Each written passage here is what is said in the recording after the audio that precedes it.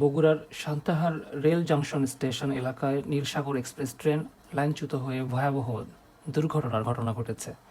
এতে ১.৫ শতাধিক যাত্রী আহত হয়েছেন বলে প্রাথমিকভাবে জানা গেছে। তবে এখন পর্যন্ত কোনো নিহতের খবর পাওয়া যায়নি। স্থানীয় সূত্রে জানা যায়, ঢাকা থেকে ছেড়ে আসা চিলাহাটি অভিমুখে যাওয়ার নীলসাগর এক্সপ্রেস ট্রেনটি সান্তাহার স্টেশন থেকে ছেড়ে যাওয়ার কিছুক্ষণের মধ্যেই প্রায় ৩ থেকে ৪ কিলোমিটার অগ্রসর হওয়ার পর ট্রেনটি হঠাৎ লাইনচ্যুত হয়। এতে ট্রেনটির ১৪টি বগির মধ্যে ৭টি বগি লাইনচ্যুত হয়ে মারাত্মকভাবে ক্ষতিগ্রস্ত হয়। ফলে ট্রেনের ছাদে থাকা যাত্রীরা ছিটকে পড়ে এবং ভেতরে থাকা যাত্রীরাও গুরুতর আহত হন। ঘটনার খবর পেয়ে এলাকাবাসী, আইনশৃঙ্খলা রক্ষাকারী বাহিনী, ফায়ার সার্ভিস ও রেলওয়ের বিভিন্ন পর্যায়ের কর্মীরা উদ্ধার কাজে ছুটে আসেন।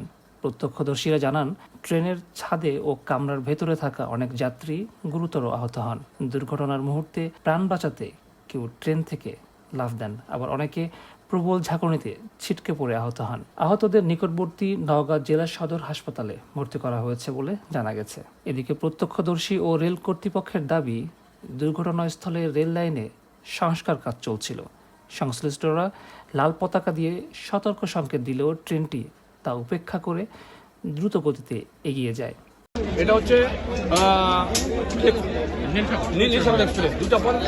এখানে যে লাইনের কাজ চলতেছিল সকাল ভোর ৫টার থেকে, আমরা স্থানীয় লোক, কাজ চলতেছিল এখানে। তারপর আমরা সকাল থেকে সব ট্রেনই দাঁড়াচ্ছিল, এই ট্রেনটা যখন আসে তখন এই একটা কাজ করতেছিল এবং লাল এই যে রেলের যে আইন আছে সেই আইন মোতাবেক মিস্ত্রিরা করছে কি লাল লাল টাঙ্গাই দিতে, ফ্ল্যাগ টাঙ্গা দেওয়া মানে নেই, না মানে ট্রেনটা দূরে নিয়ে আসার পর এই দুর্ঘটনা ঘটলো এবং গতিতে ছিল প্রায় 70 গতি ছিল এই ঘটনা।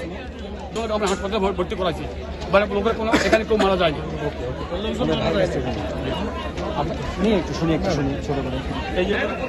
দুর্ঘটনার পরপরই স্থানীয় বাসিন্দা ও উদ্ধারকর্মীরা দ্রুত ঘটনাস্থলে পৌঁছে আহতদের উদ্ধার করে এবং বিভিন্ন হসপিটালে তাদেরকে পাঠানো হয়।